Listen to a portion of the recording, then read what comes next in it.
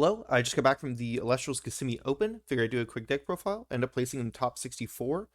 And the deck I played was Solar Windjinn. Start off, as you can see, I played 3 Windjinn and 2 Tornadian. Ended up going with 2 Tornadian. Felt nice to have 2 in case one got milled or was already played before. I ended up playing the second out a couple times, but felt good to have 2 in the main.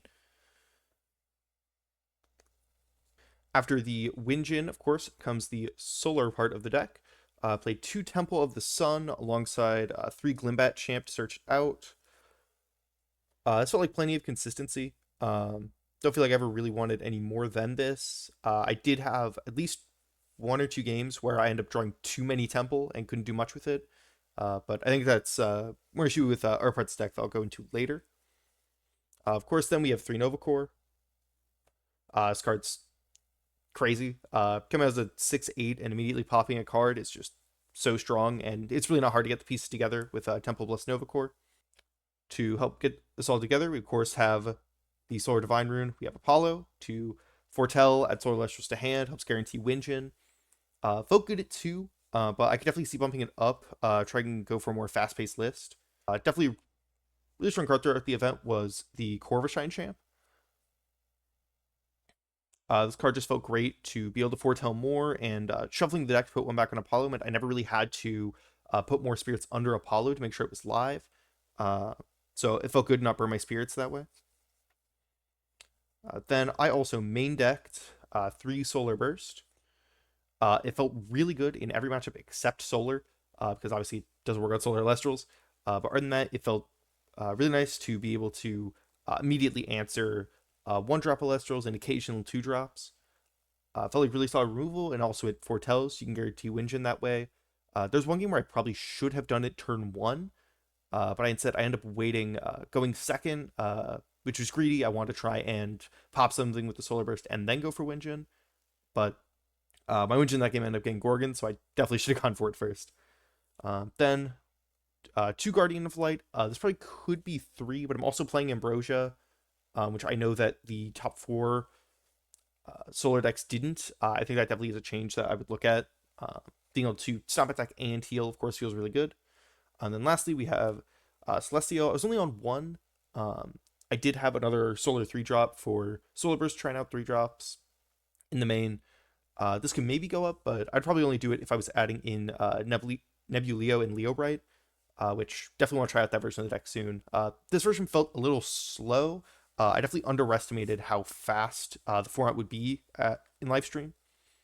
So definitely looking to adjust the deck to be able to just have more gas basically in the future. Next up in line with that, I have part of the deck I was definitely least happy with overall with how it performed. I kind of played just some generic 1-drops I thought could get good value with Kaufmel, 2 Spectaris, and over 3rd Spectaris I decided to play a fun of with Corvuscle. This really didn't come up. I sided out every single time, mostly for the 3rd Spectaris, I think.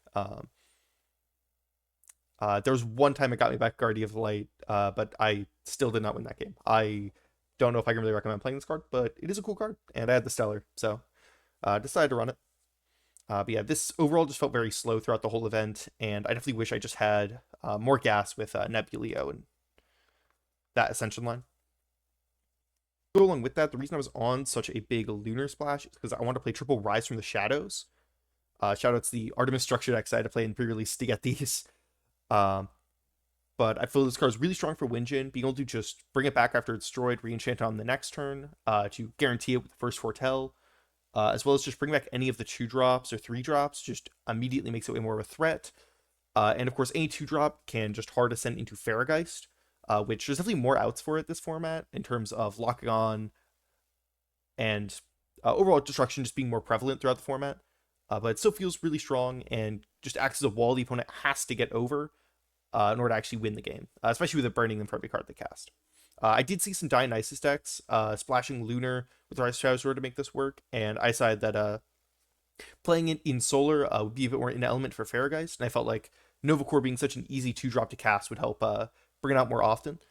Unfortunately, I did only end up summoning Farrageist once, but it definitely won me the game that I played it, so I definitely want to mess with the consistency more of that, to try and have that happen more often.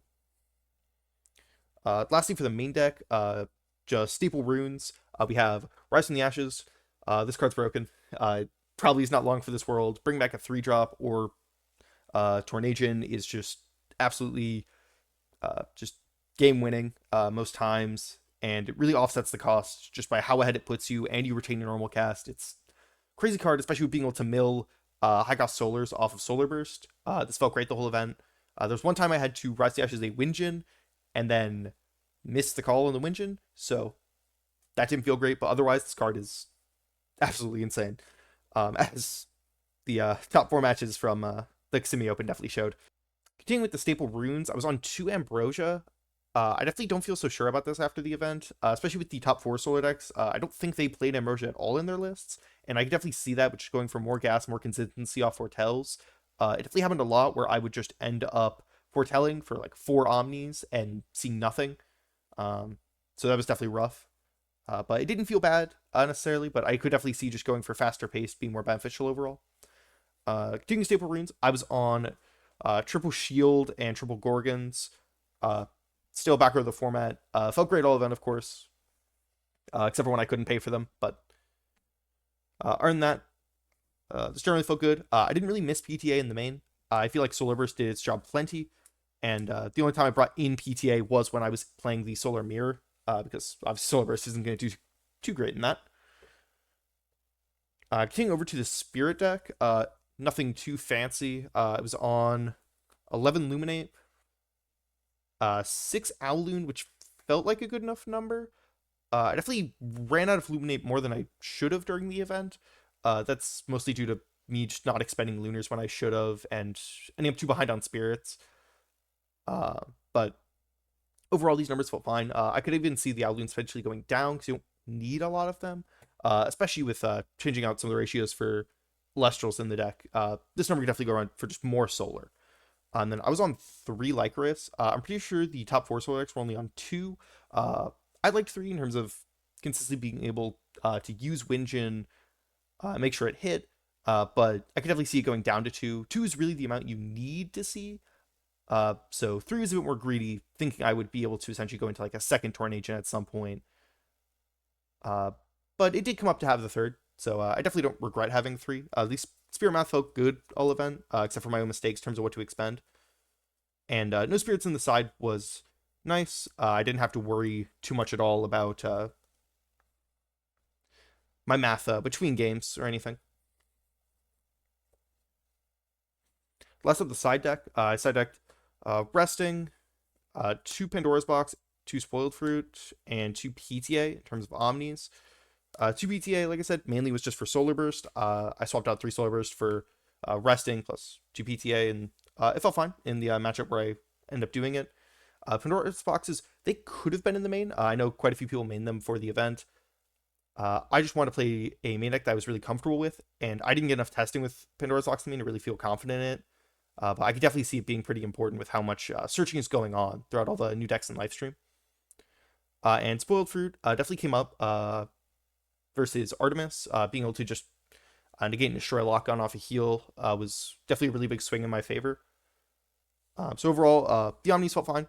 I don't know if I would change any of these to 3, just because the deck space felt kind of tight for me. But I think that's also just due to how I built the deck. I definitely think there's room to move all these ratios around.